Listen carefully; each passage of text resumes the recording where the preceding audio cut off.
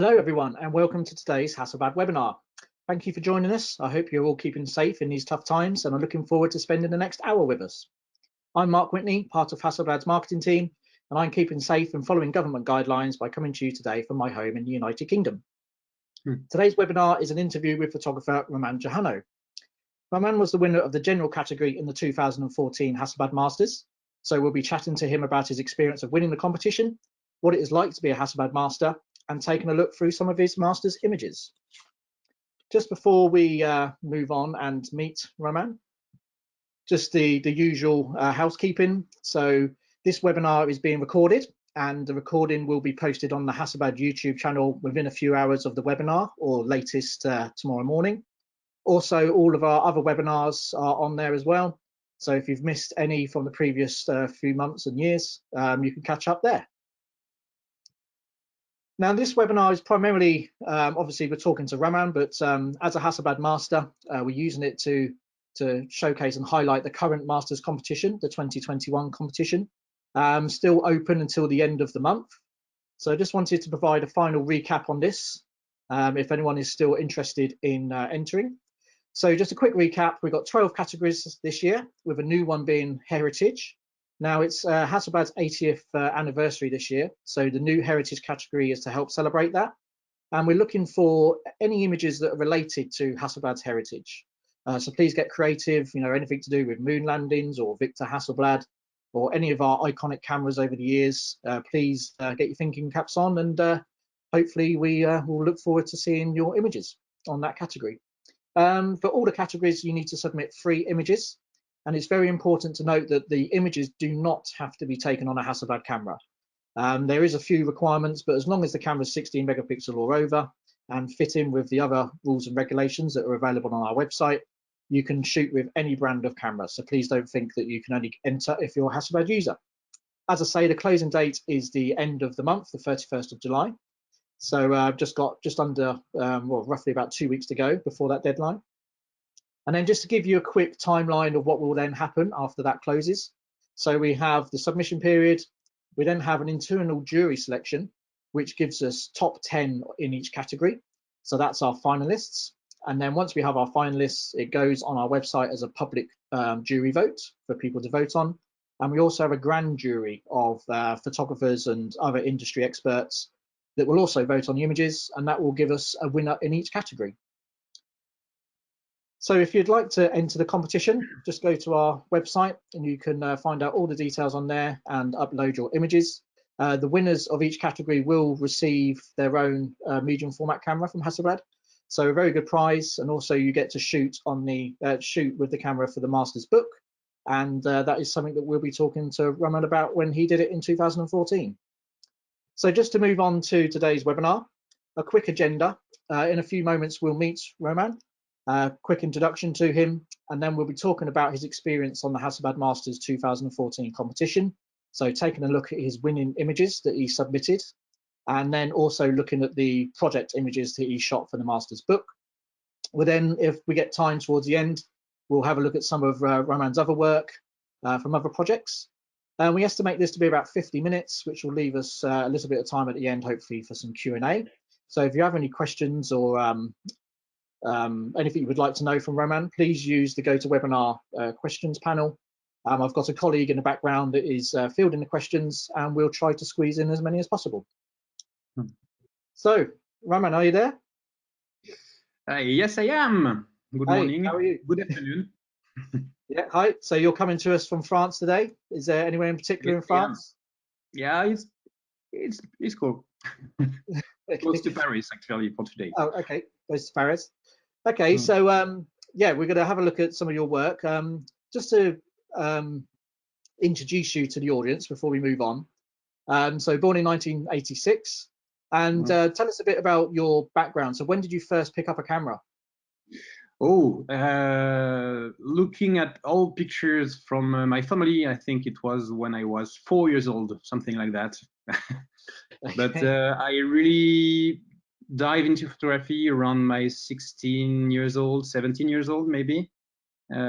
Just trying to experience Photoshop or previous software like Corel Photo Paint back then. I remember that. I really was fascinated by digital manipulation of picture and all that we could do with that.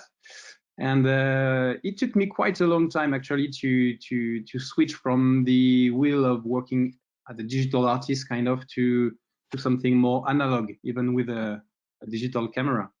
So yeah, I was at school and I tried to focus on what I wanted to do. For a long time, it was more about music related jobs. And because of photography, I just tried to enter the Goblin School at the end of my degree and succeed actually. So this paved the path. Okay, and then you entered the Hasselblad Masters competition in 2014, which you then ended up as being one of the winners. And that was, I think you said to me before, that was towards the end of your education. Is that right? It was close to the end. I ended 2008 Goblin School. Then, well, when you go out of the school, you don't directly have jobs in photography just because you're out of a photographic school. So there is a lot of time to where you work on different projects, or you just try to live actually with with anything you can.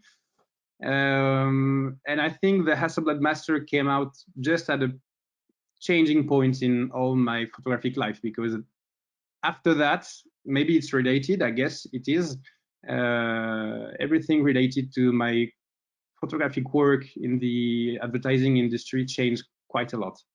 So yeah, it's a switch. It's a switch part, I guess. Before Hasselblad Master, kind of, I was struggling and trying to figure it out what kind of photography I really wanted to do, and it helps me guide myself through my wheels. Yep. Okay, and now obviously you've gone on from strength to strength, and you've got some quite well-known clients that we've listed there. So yeah, tell us a bit about some of the clients you work for. Well, yeah, well, I work with many cool brands actually. Some of them were extremely cool. For example, Veuve Clicquot, which is a champagne brand in France.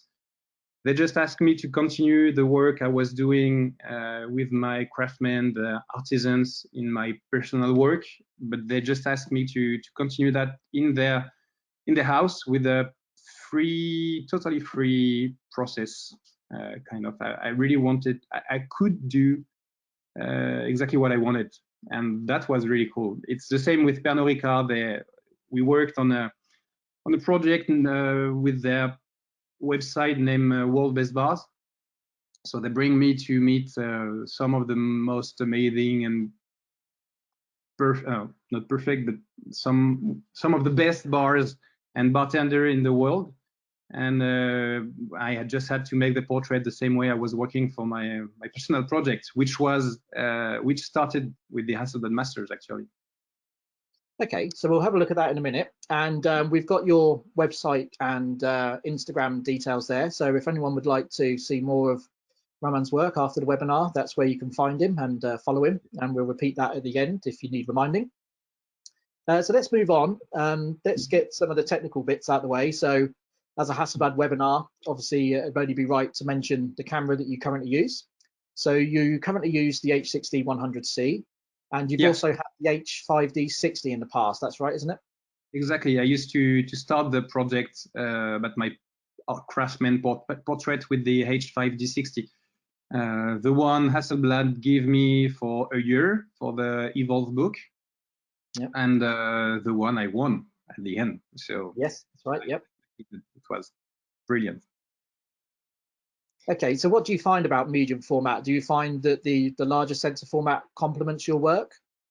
Yeah, it helps a lot. I think many different things are really interesting in this camera. The first thing I really love is basically the ratio. Actually, the 4:3 ratio suits perfect for advertising campaign, obviously. But I like the field of view it gives me. It's closer to what I see every day. Along with that, the sensor quality is quite crazy actually. You have a lot of definition, obviously, with the 100 megapixel, but it's not only with that. It's just all the data and all the information you can keep inside the files that allows you to bring back in post-production a lot of small details without losing any quality actually. So I think all this sensor quality, in addition to the lenses, obviously, just helps me to forget everything about this kind of technique stuff. And I always know it's just gonna be the proper thing I wanted. Okay, and a question we get asked quite often in these webinars is, what lenses do you usually or regularly use? I usually use the 50 millimeters. When I worked on the first part of the Hasselblad Master book, you gave me 35-90 millimeters.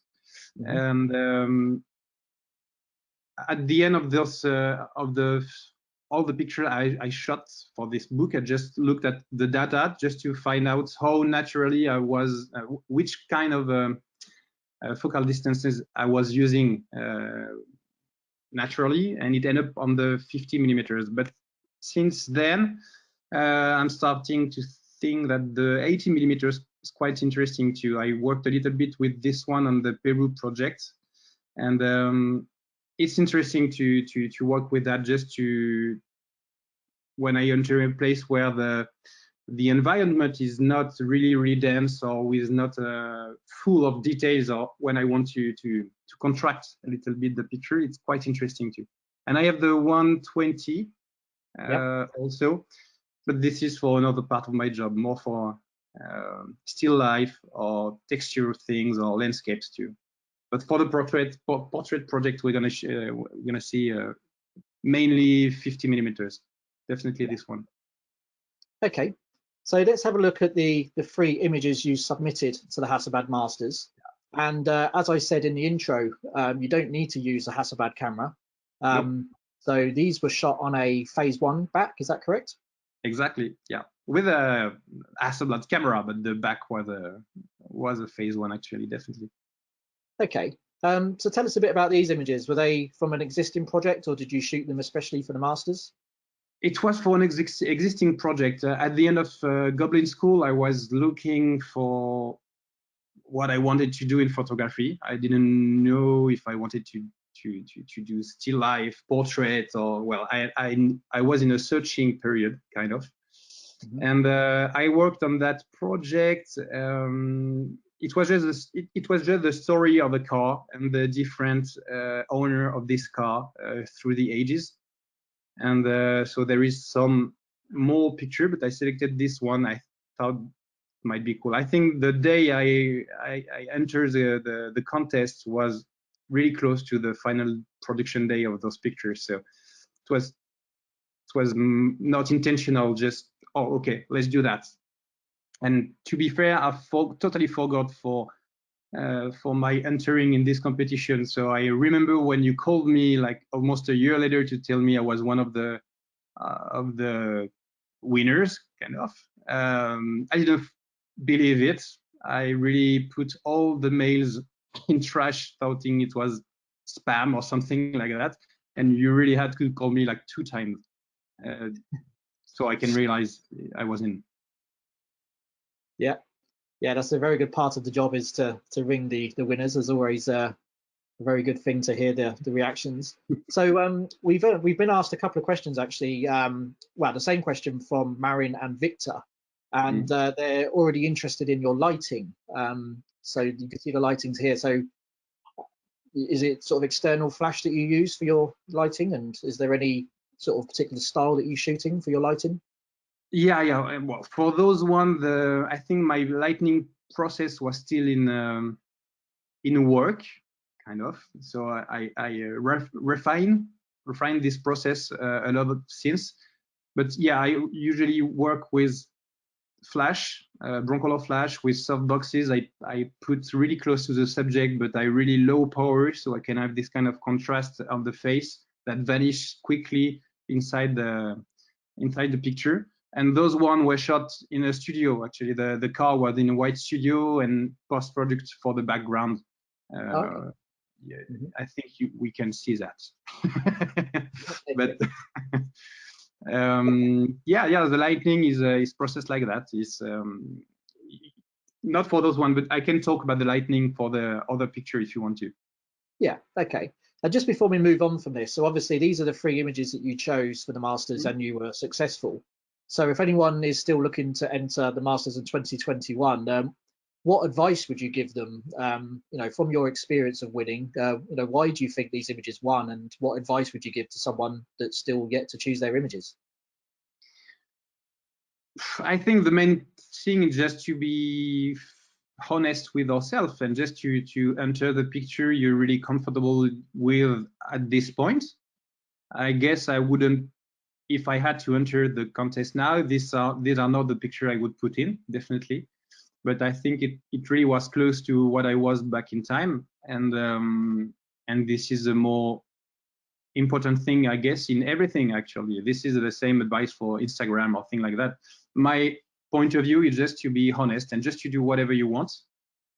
And if it succeeds, it's perfect. If it's not, it's just not a problem. You've been honest. So the picture, yeah, just pick the best one, the one you really love, not the one you think Hasselblad will love or something like that. Just be yourself. It's quite simple. Yeah, that's great advice.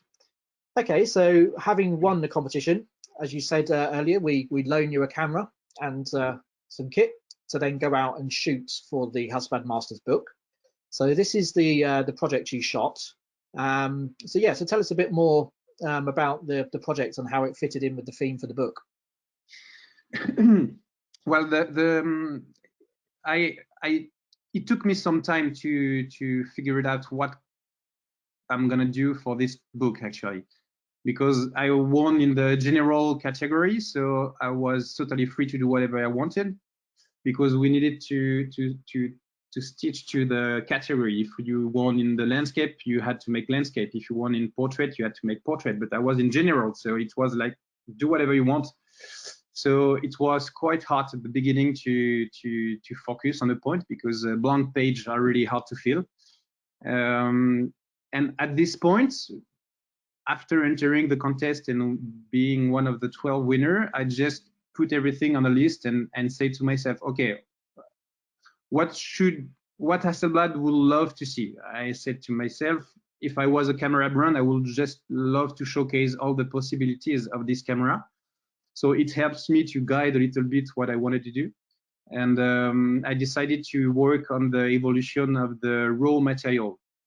So I spot 7 raw material like glass, iron, food, thing like that, and decided to go to places where we can extract this raw material and shot a landscape in natural light. Find people that work this raw material every day and shot them in the craft shop using either studio light and the ambient light on site. So we had half, and then to show the kind of a still picture of the raw material transformed. So we had in this an evolution about the lights used in every triptych, evolution of the kind of the subject of the picture, landscape, portrait, and still life, and the evolution of the subject itself in the process. And yeah, this is how I managed to find what I wanted to, well, the subject of the series of picture I had to make for the Evolve book. Okay, and how did you find these people to feature? Was it a case of just researching and approaching people, or did you already have people in mind? I didn't have any people in mind, because I wasn't related to craft or artist or anything like that back then. It changed a little bit now, but it was a start at 0, actually. So yeah, I had to figure it out which raw material I was following the path of, and then to find the proper person I wanted to show the portrait of, and that in a small area around France, because it's easy to find people, for example, that work iron and make beautiful sword in Japan, but it's not the same budget to invest in.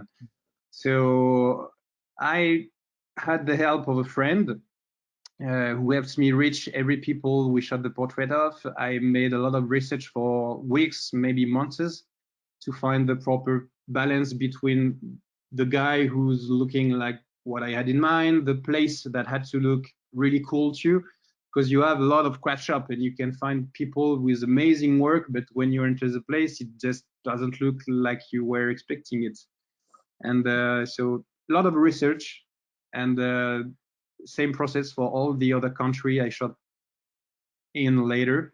A lot of research for weeks, for months, with Instagram, magazines, TV show that showcase crafts, and a lot of talking too. When you talk about what you want to do to people, they're gonna think about maybe someone that could help you. And I think this kind of rebound solution helps for half of the work. Okay, so with the people not being models, was it a bit of a challenge to make them relax in the camera? And do you have any sort of tricks and tips for how to do that? It's a challenge sometimes, definitely. I wouldn't say I have tricks because I never ask people to do something they wouldn't be comfortable with.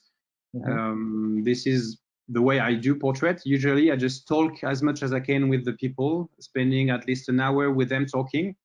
During this time, my assistant bring the gear and put everything in place, sort of. And when I'm doing the portrait, it just lasts for 5 to 10 minutes actually, and I shot a few pictures. I just make 1, 2, 5 pictures to try the light and to be sure everything suits perfectly. And then it's just to talk with the people when they are really shy and really not comfortable with the camera. I try to ask them questions about what they're doing, and small detail that just put them in another state instead of the portrait moment. Just asking about vacation usually works quite well actually. And yeah, I think the talking before the portrait is the major part of the portrait itself. And you just have to, well, I don't know what you have to do, but I just try to make everyone forget we are making a picture. And yep. Okay, and so these ones were on location. So Yep. you want to say a little bit more about your lighting for these? Does it change a little bit from the studio? It's the same process than the other one, except the background is real actually. So for this, I just take some time during the talking. I'm looking at all the craft shop. I ask the people to show me all the different corner we can have, because sometimes there is some hidden places. And I decide to put the camera on one side. So each portrait is just one portrait. I don't play with the camera and the guy shooting a lot of different poses in different places. I try to compose the picture like a painting actually, just putting the camera like I would put the frame and make the picture there. It allows me to work the better I can on the composition, on the balance between the light, the low lights, and everything. And then I put the lights inside the set, inside the frame, actually, to enlighten the subject really subtly. This process, because of the 50 millimeters and the wide angle I'm using to showcase either the place I'm shooting in the portrait and the guy, ends up with one problem that I can't avoid, that the lighting setup is visible inside the picture. So for this portrait, I think the tripod was just in front of the first machine we have in the first plane, and the softbox was in the middle of the frame, actually, just few centimeters close to the head of the guy. This is why the tripod solution is quite good, because when I shot the portrait and I have the attitude I like in the portrait, I just make another shot of only the background without the guy, without the lightning, and then I merged the two pictures to erase the tripod, the softboxes, and everything that could be inside the portrait. And sometimes I also take a lot of time to erase every reflection of this softbox in the shiny parts, just to fool a little bit more the people that are going to look at it. Okay, wow. Okay, that's a lot of work going into that. So what was your first impressions of using the Hasselblad for these shots? So that this was your first experience, was it? It wasn't the first experience. It was the first experience with the Hasselblad sensor, but we used to work with Hasselblad cameras and Phase 1 back at Goblin School, actually, back in there. So I knew what medium format was, and at this time I also was starting to work with 4x5-inch camera. But for the main working project, because I didn't own any medium format camera, I was working with the Canon Mark II, 5D Mark II back then.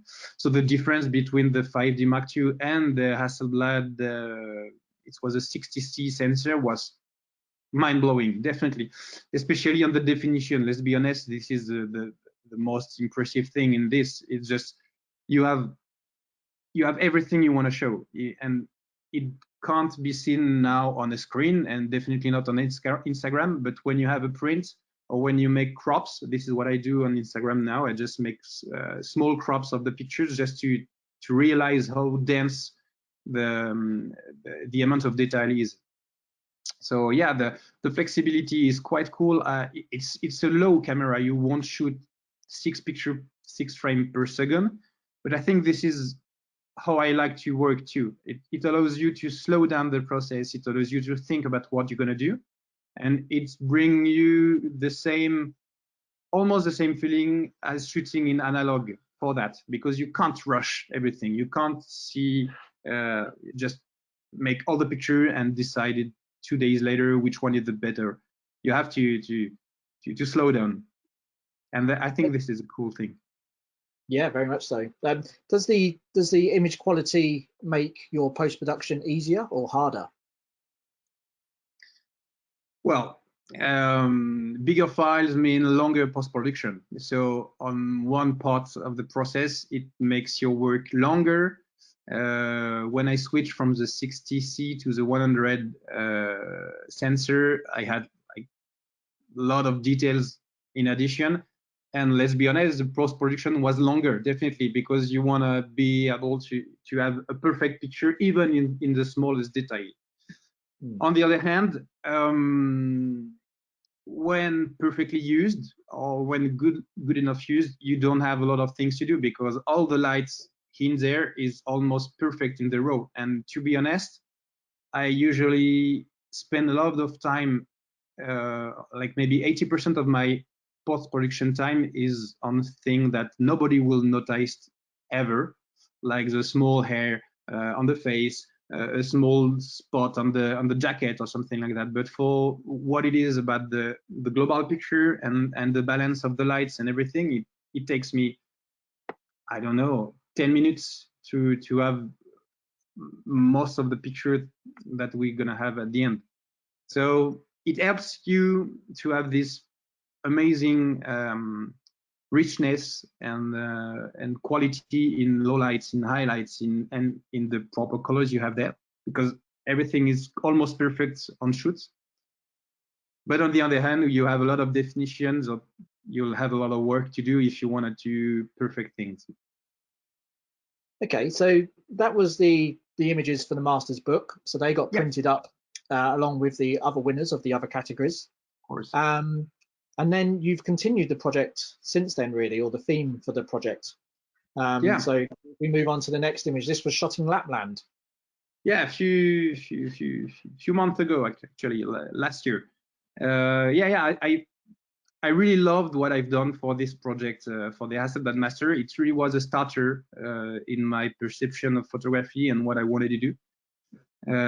Before the Masters, I really was into composing picture where I had 100% control, doing pictures, drawing the picture a lot before the shooting, and trying just to reach the drawing in the shooting moments.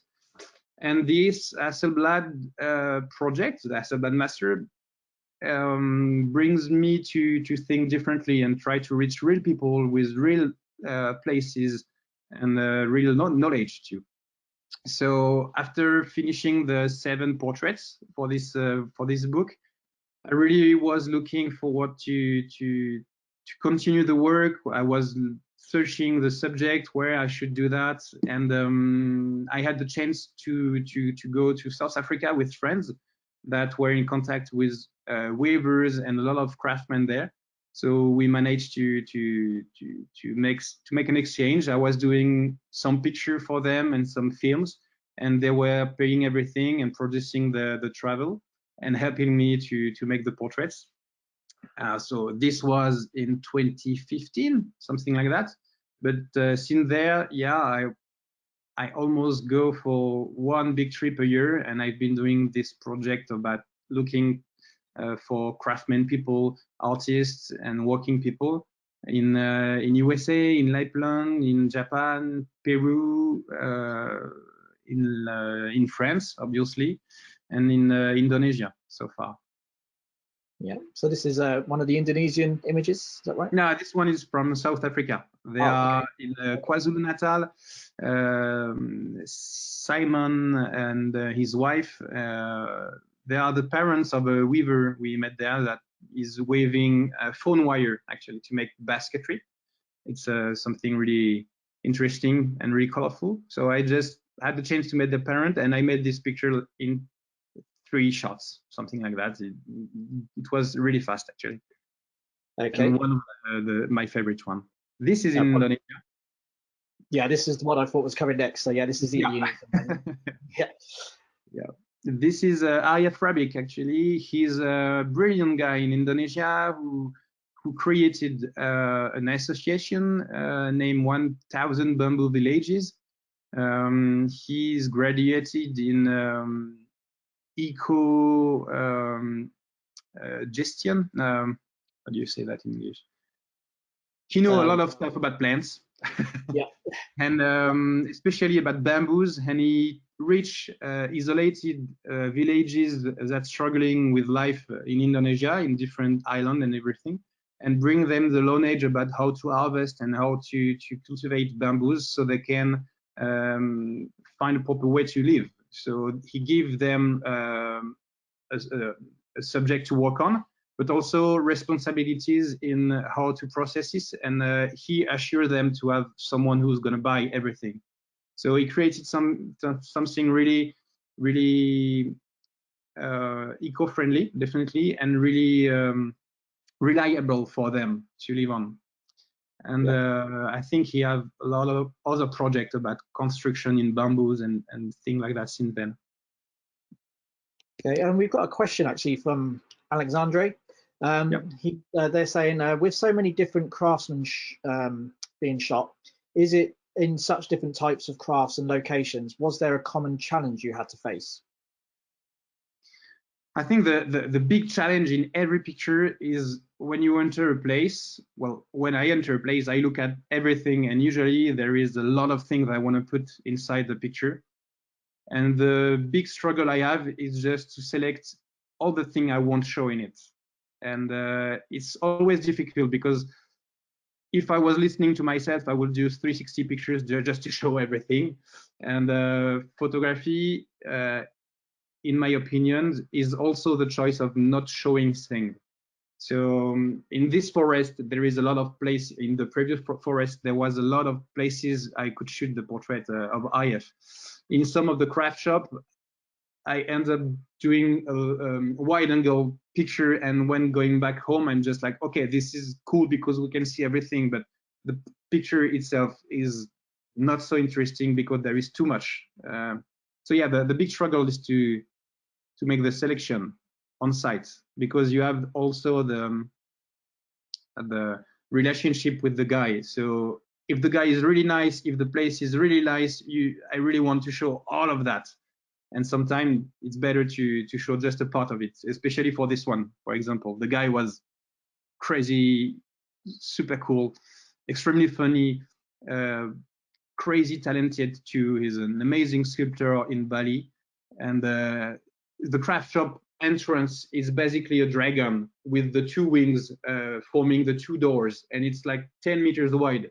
So this is some of the parts I would love to show, but I had to focus on something, and for this one I think I succeed. I just try to immerse him in the sculpture is done, and for the small story, this is him behind as a kid, his father, his mother, and his brother. So yeah, selecting is hard. And does it ever happen the other way, where you might not get a shot that you're happy with from a certain location or subject? Does that ever happen? Sometimes it's happened, definitely. I've made for this project almost 450 portraits, and there is definitely some of them where the place was hard to shoot or not suitable for the lighting process I usually use. It's harder for this process of work. It's harder to shoot like empty spaces with really minimalistic interiors. And if it's white, so the lower light behind and the spotlight on the guy, it usually doesn't work like that. So this is something I'm working on. So yeah, some of the portraits are not inside really cool places, and I think this is when using a different lens, like the 80mm, for example, can help you focus more on the people than on the environment. Okay, so this is very much a personal project for you. So how does how do you find the balance between personal work and your commissioned work? I always wanted to do some personal works. Even before the Hasselblad Master, the project I entered was something really personal. Nobody asked me to do that, and I think this is the main thing to do when doing photography professionally, is to keep going on really personal thing. And this project that I'm working on since 2013-14 now is became the major part of my book, actually. So this is the kind of picture I'm showing to artistic directors, creative directors, and people in the advertising industry I can reach. I just show them all the stuff I'm doing personally, showing them a little bit of the other more commissioned pictures, but this is the one that helps me having jobs every time. And sometimes they're just gonna look at that and say, wow, this is so cool, can you put that on a shoe and make myself a picture of the shoe on a white background, so it doesn't have any relation with the proper initial picture I show them, but it helps to discuss with them.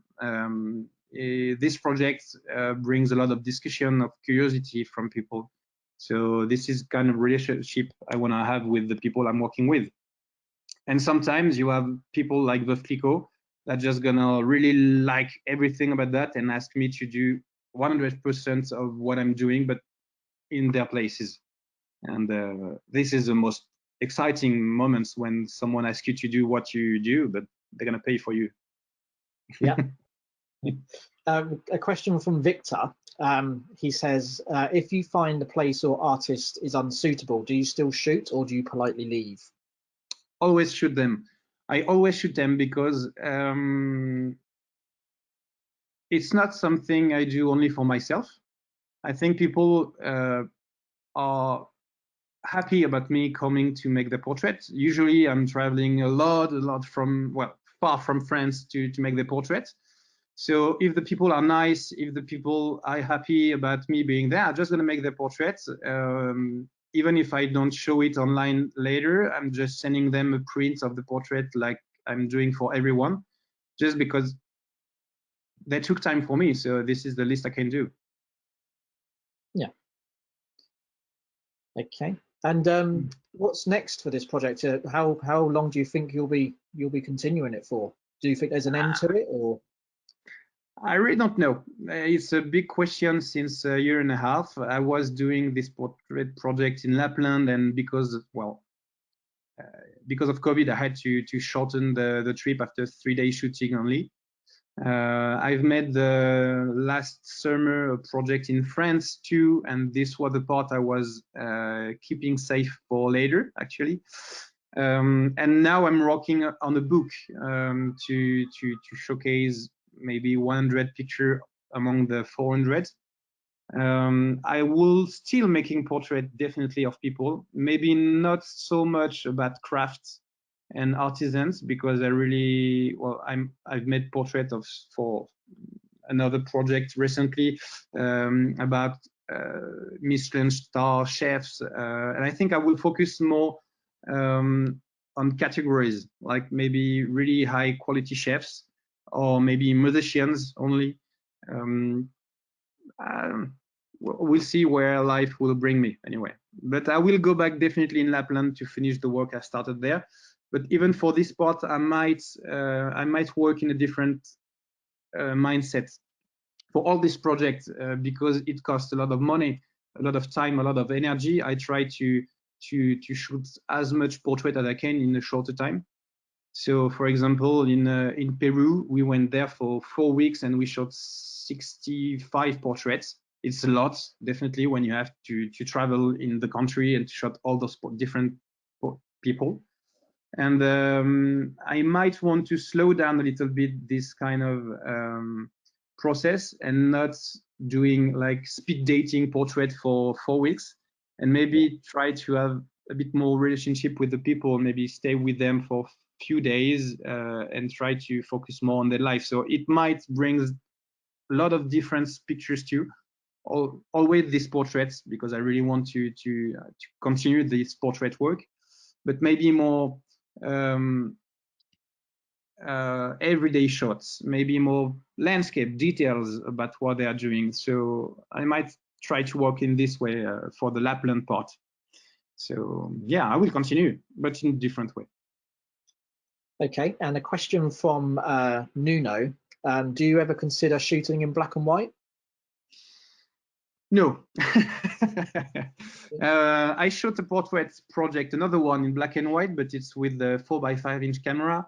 The portrait is called, the project is called 1 hour, 1 coffee, 1 click. So it's basically me talking for an hour with someone, and I'm just making the portrait with only one photo. So we only have one shot for each one of those portraits. So this is a black and white project I'm working since almost the same duration than this one, but it's even more personal actually, because it's just the people I met and say, oh, do you want a portrait? Yeah, okay, let's do that in 3 weeks, and they discover the portrait a year later, because I always took a lot of time before scanning and everything. So I worked a little bit in black and white. I experienced landscape shots last summer in black and white too.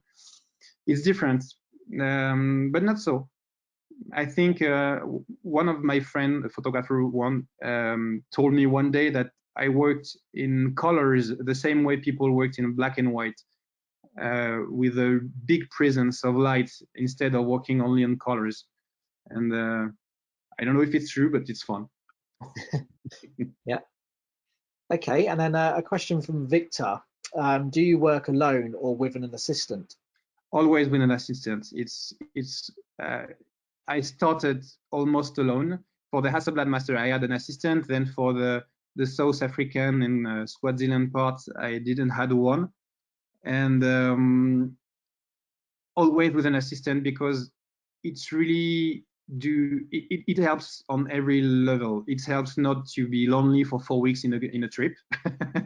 Yeah. And during the shooting, having someone that take care about the gear is extremely important to me for 2 reasons. First, it gives me all the time I can have to talk with the people without being unscrewing something, putting on tripod and everything, so I can focus on the people 100%. And I think this is really important for the portrait. And the other big points about having an assistant is that I'm really not focused on the gear. So I usually have the Hasselblad and put it somewhere because I don't want it in my hand anymore, but I really don't know where I put that. So I always have someone taking the gear, putting back in place, because otherwise I lost things so much. It's horrible. So yeah, it's extremely important for me to have those assistants. And how much planning goes into each of your trips? So, you know, are you able to do much research before you leave, or do you have to do most of the research when you get to your destination? It really depends on the destination, actually. There is a lot of cultural differences between Peru and Japan, for example. In Japan, 80% of the portraits I shot were planned months before my arrival.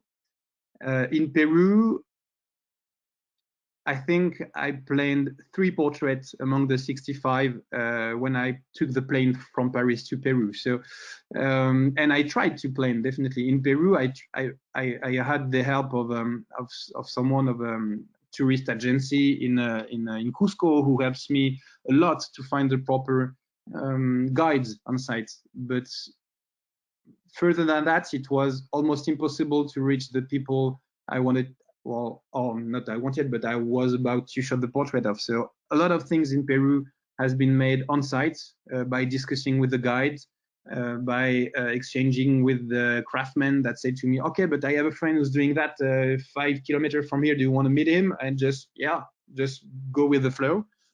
And in Japan, it was different. I had the help of a friend of mine who talked Japanese, because English is not main language in Japan, and she helps me to reach people I found the profile of. And there is a lot of work in pre-production, definitely, for this kind of project. For France or for USA, it was the same thing. In Lapland too, I tried to plan a lot of things before going there. I involve a lot of my incomes in this project, because I think it's an investment. So, but still, it's still a lot of money I invest in a project, and I don't want to kind of. So I try to work as much as I can in advance.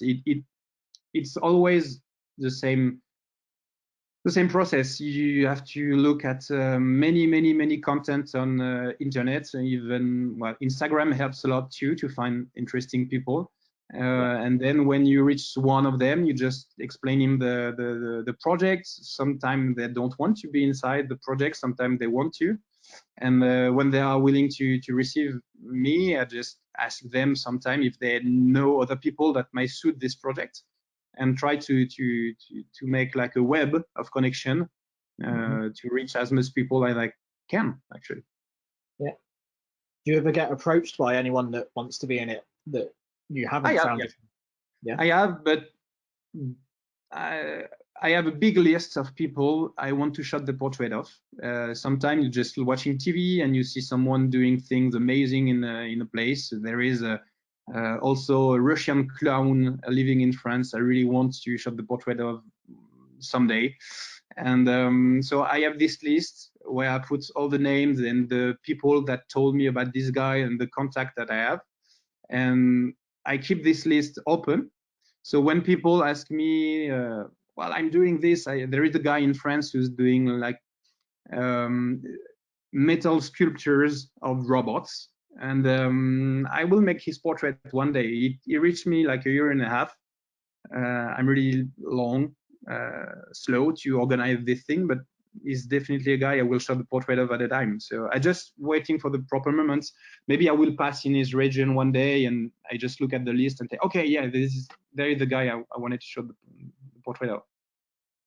Okay, a couple of questions. One from Ayush. How did you find your style? Was it something that you've had from the beginning of your work, or is it something that's developed? No, I think it's developing, definitely. The first picture I've made for the project were not balanced the same way I'm doing now. I tried back in time. I really had, I think, the light setup way too powerful. So I was balancing with a really dark environment and a big light on the guy. The more I'm shot the portraits nowadays, the more I tend to use the light further away from the subject and to find a different distance from the source light to the subject. It brings a bit more light on the outside of the guy, for example, on this one, but gives you a smoother light and something a bit more natural. So I think I tend to go more natural in my light setup. I didn't invent this to be perfectly honest. I'm not the only one using this kind of light. I assist a photographer when I was in Goblin School, who's doing amazing portrait work, who still is a big inspiration to me, whose name is Denis Rouvre, a French guy. And I think his light setup really was a big discovery for me. And I might have evolved from there, definitely. So yeah, it evolves. It hasn't been there since the beginning, definitely, because a lot of pictures I've made before that weren't enlightened like that, and it will continue to evolve, definitely. Maybe I'm continuing the work for the Hasselblad Master book, still evolving. Yes, that's it. Yeah. Okay, so we're getting just to the last few images now. So if you've got any questions that you would like us to try and squeeze in, please try and put them in the questions box, and we'll look forward to seeing those. Another question here from Deepangshu. They really love the way you deal with your colors. How do you maintain the tonality of your pictures? Through your lighting, I guess. The lightning helps a lot. It brings here the softbox I use on this portrait, for example, is not in the direction of the face. It's almost coming just from the top. So if this was the softbox, the light enlightening the face of the guy is just the part that diffuse a lot on the softbox, which are on the edge of the softbox. But this, using only the small parts of it's 90 centimeters per 120 centimeters softbox. So using only the 90 centimeters diffusion part of the softbox brings a lot of light outside of the portrait. So I have a lot of light coming on the shelf. From this point, I really think that the Hasselblad camera is awesome for the color stones, because using really low light environment like that, you just have almost everything in the raw. Definitely, when you open the raw, it's almost like that. The small things I usually do is desaturate the blues, because I think it's a pop-up. I don't feel like looking good, except in the skies. But for this one, I think the jacket used to be a little bit blue, so I low down the blue, which gives all the space for the browns, and then adjust the really small color balance, bringing a little bit of cold in the low lights and a warm in the high lights. It's basically the only thing I'm doing for the colors at this point. And there is a lot of work on the face. For example, for the reddish parts of the face that we can have, there is a small some post-production to balance that. But yeah, I think the places I shot the portraits are mainly doing 80% of the work. Okay, and a related question from Tony that's just come in, which you've probably just answered actually, but he's commenting how you get a similar color in all your images. They all have a very consistent and parallel feel, so that would just be through the same technique, I guess. I think it's the same technique. It's a balance between the light you're doing on the setup and a little bit of the color balance you'll do in post-production. I don't use LUTs. I don't use big filters or things like that, but I always try to focus in the picture or what bother me. For example, I think if I recall, in this one, part of the grass was really yellowish. So you have the ability to bring back the yellow a little bit greener, to bring back the green a little bit yellower, and just to have a smoother color graduation in the fields here, for example. And yeah, I low down the blues in this one too. Yeah. Okay. Another question from Victor. Does your assistant help with their clothing and hair, or does the subject choose this themselves? No. I never ask anything about the clothing. It's part of the thing I'm asking. Well, I could ask sometime. I could have asked sometime when I have a big logo on the shirt or something like that. I may ask if they could change, but usually people are really in their natural field, kind of. So no, the assistant is just here to listen to my jokes and helps me on the gear. And for all the rest, I really try to make the portrait of those people the closer to what they appear to me when I come to them. So this is why I don't ask them to do silly things. This is why I don't ask them to be like on profile with a big look or something like that. I just try to talk to them, focus on what appears to happen. Sometimes I just ask them to go back to where they was 15 minutes ago and just adjust a little bit the position to try to have something beautiful. And if they are open to do some fun things, I can ask them, for example, to bring one of the chicken to them. So now the clothes are always the one they are wearing most of the time. Okay, that's great. So that pretty much brings us to the end. Thank you very much, Roman, for talking us through your images. Thank you. We've got lots of love in the questions for people saying how much they like your images. So it's been very interesting for the audience. Thank you so much. Great. And as I said before, this is the website and the Instagram details for Roman if you'd like to view more of his work and his projects and to follow him on social media. That's where you can find him. Yeah, you can find me there, definitely. Okay, so just to finish up quickly, as always, your webinar feedback would be much appreciated. If you can just give us a couple of minutes to give us some feedback to see what we're doing well, see what we could do better, and what sort of content you would like in the future, that would be great. Also, another reminder that this webinar has been recorded, so it should be on the Hasselblad YouTube channel within a few hours, or worst case tomorrow morning, where you can watch it back along with recordings of all our other webinars over the past months. And then for more info on Hasselblad, of course, hasselblad.com, everything on there from our future webinars and events, everything about our products, our partner network around the world, lots of inspirational stories featuring images from photographers, lots on our history.